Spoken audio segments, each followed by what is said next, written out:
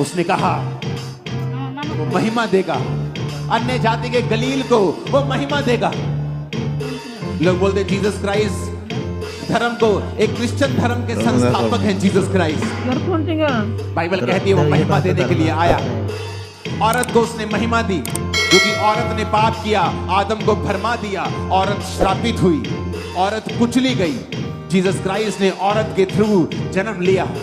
औरतों ने ही Jesus Christ का सबसे पहले प्रचार किया। यीशु मसीह ने अपनी सेवकाई में बहुत सी औरतों को इस्तेमाल किया। वो किस तरह से पैसों के साथ परमेश्वर के साथ रहती थी और खुदाबंद के सारे खर्चों को उठाती थी। जिस औरत को शैतान ने नीचा किया, उसी औरत को परमेश्वर ने ऊंचा किया। इसलिए वो कहता है मैं तेरी इज्जत को बढ़ाने के लिए आया हूँ।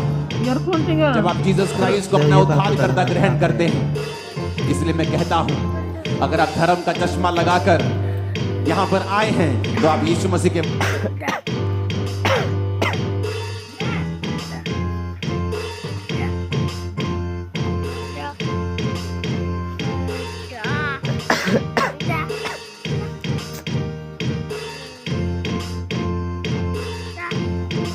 वचनों को ग्रहण नहीं कर पाएंगे।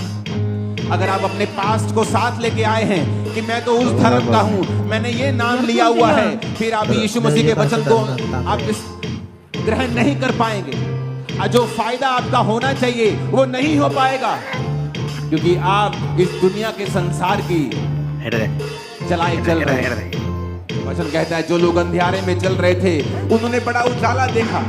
जो घोर अंधकार से भरे हुए मृत्यु के देश में रहते थे उन पर ज्योति चमकी। आज लोग मृत्यु के साए में रहते हैं। हर घर में कैंसर का आत्मा काम कर रहा है, हर घर में बीमारियां हैं। मृत्यु के देश में रहने का मतलब ये नहीं कि सब मर रहे हैं। किसी का बिजनेस मरा, किसी की फैमिली मरी, कोई अंदर से मरा, कोई बाहर से मरा हुआ है। लेकिन यीशु मसीह ने कहा जो लोग घोर अंधकार से भरे हुए मृत्यु के देश में रहते थे उन पर ज्योति चमकी। परमेश्वर ने उनको जीवन दिया। प्रभु यीशु मसीह जब सुसमाचार सुना रहे थे तो वचन कहता है एक नाइन नामक नगर से एक लौते विधवा के पुत्र को लोग ला रहे थे। अर्थी के ऊपर ला रहे थे तो सब लोग रो रहे थे कि एक ही विधवा का बेटा था, खुद विधवा थी, एक लौता पुत्र मर गया और सब रो रहे थे। और वचन कहता जब जीसस क्राइस्ट ने उनको देखा तो जीसस देखा मैं आ चुका हूं। अगर मैं तुम्हारे जीवन में हूं तो तुम्हारे जीवन में मृत्यु नहीं रह सकती। बाइबल कहती वो तरस से भर गया और जाकर उस मुर्दा देह को छुआ और उसका बेटा उठ गया। मैं आपको बता रहा हूं आज बहुत से मुर्दे उठ खड़े होने वाले हैं। आपके मुर्दा बिजनेस उठ खड़े होने वाले हैं, मुर्दा परिवार उठ खड़े होने वाले हैं। आज जीसस के जी उठने की सामर्थ आपकी लाइफ में काम करने वाली है। आमीन खड़कने वाला चाहिए चर्च। वचन कहता है तूने जाति को बढ़ाया, तूने उसको बहुत आनंद दिया। वे तेरे सामने कटनी के समय का सा आनंद करते हैं। वे ऐसे मगन हैं जैसे लोग लूट बांटने के समय मगन रहते हैं। अगर आप ने कल की मीटिंग, कल शाम की सेलिब्रेशन जो लोग अपने आप कर रहे थे, आज सुबह की सेलिब्रेशन देखी होगी जो लोग कर रहे थे। अगर आपने उन लोगों के आनंद को अगर आपने देखा होगा, आज सुबह के वो सब, कल शाम के वो सब जो नाच रहे थे, आज सुबह, कल शाम, कल रात, आपने वो आनंद जो यहां थे उन्होंने देखा था। आज सुबह आप नाचते हुए आ रहे थे, आनंद मनाते हुए आ रहे थे। ऐसा क्या हो गया? ऐसा आनंद आपने किसी धर्म में नहीं देखा होगा, कहीं नहीं देखा होगा। इतना आनंद क्या हो गया? क्या इन्होंने कोई नशा किया है? नहीं। पर वचन कहता है तूने उनको बहुत आनंद दिया। कहता वो कटनी का आनंद कर रहे हैं, जैसे कटनी नहीं होती और किसान आनंदित होता है क्योंकि उसको मालूम है जो आड़तियों से पैसे लिए हैं उसका कर्जा खत्म हो जाएगा। अब मेरे घर में बाथरूम बन जाएगा, मैं पैसों से अब नया घर बना लूंगा, 2 कमरे और डाल लूंगा, 4 खेत और 2 खेत और किराए पे ले लूंगा, 1 खेत अपना ले लूंगा। कहता कटनी पर आनंद होता है। कहता तूने अपने लोगों को कटनी का सा आनंद दिया है। अगर आप लोगों को देखें आनंद मनाते हुए, यहाँ पर लोग डांस कर रहे हैं मॉर्निंग से, कल रात से वो आशीष में नाच रहे हैं, झूम रहे हैं। क्यों? क्योंकि वचन कहता है उसने तुम्हें कटनी का सा आनंद दे दिया है। तुम ऑलरेडी ले चुके हो। कहता वो ऐसे मगन हैं जैसे लूट बांटने के समय लोग मगन होते हैं। किसी की लॉटरी लग जाए, देखते वो कैसे मगन होता है, वो कैसे आनंद मनाता है।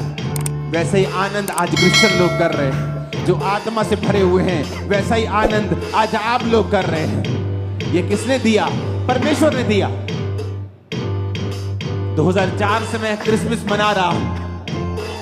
मैं वैसे ही आनंदित रहता हूं 2004 से ही।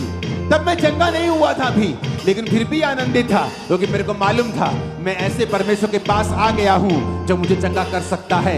अगर मेरी बीमारियों से मुझे उसने आजाद कर दिया है, मेरे नशों से मुझे आजाद कर दिया है, उस नशे से कोई मुझे आजाद नहीं कर पाया। सुबह 12 बजे नशा छोड़ता था, नहीं करता था 12 बजे तक, तो सिर घूमता था। मैं आनंदित था 2004 में कि परमेश्वर ने मुझे आजाद किया।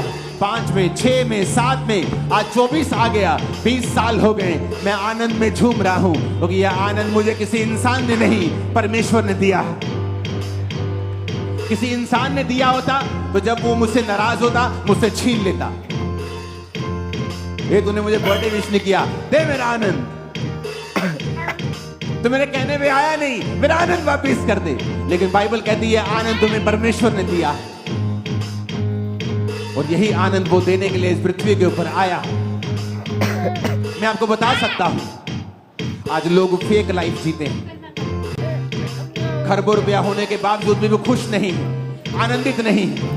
लेकिन आज देखो आप आनंदित हो, मैं आनंदित हूं अपनी जिंदगी से। अब आप आनंदित हैं क्योंकि ये आनंद हमें परमेश्वर ने दिया। उसने कहा तूने जाति को बढ़ाया, तूने उनको बहुत आनंद दिया। 4 आयत में लिखा क्योंकि तूने उनकी गर्दन पर के भारी जुए, उनके महंगे के बांस और उन पर अंधेर करने वालों की लाठी और उन सबों को ऐसा तोड़ दिया है जैसे मिधानियों के दिन में किया था। क्योंकि युद्ध में लड़ने वाले सिपाहियों के जूते और लहू में लथड़े हुए कपड़े सब आग का कोर हो जाएंगे। 6 आयत में लिखा क्योंकि हमारे लिए एक बालक उत्पन्न हुआ। खींच के हालेलुया बोलो जरा। हमें एक पुत्र दिया गया है, हालेलुया। प्रभुता उसके कांधे पर होगी, उसका नाम अद्भुत युक्ति करने वाला, पराक्रमी परमेश्वर, अनंत काल का पिता और शांति का राजकुमार रखा जाएगा। उसकी प्रभुता सर्वदा बढ़ती रहेगी, उसकी शांति का राज का अंत ना होगा। इसलिए वह उसको दाऊद की राजगद्दी पर इस समय से लेकर सर्वदा के लिए न्याय और धर्म के द्वारा स्थिर किए और संभाले रहेगा। सेनाओं के यहोवा की धुन के द्वारा ये हो जाएगा। ऊंची आवाज से बोलो हालेलुया।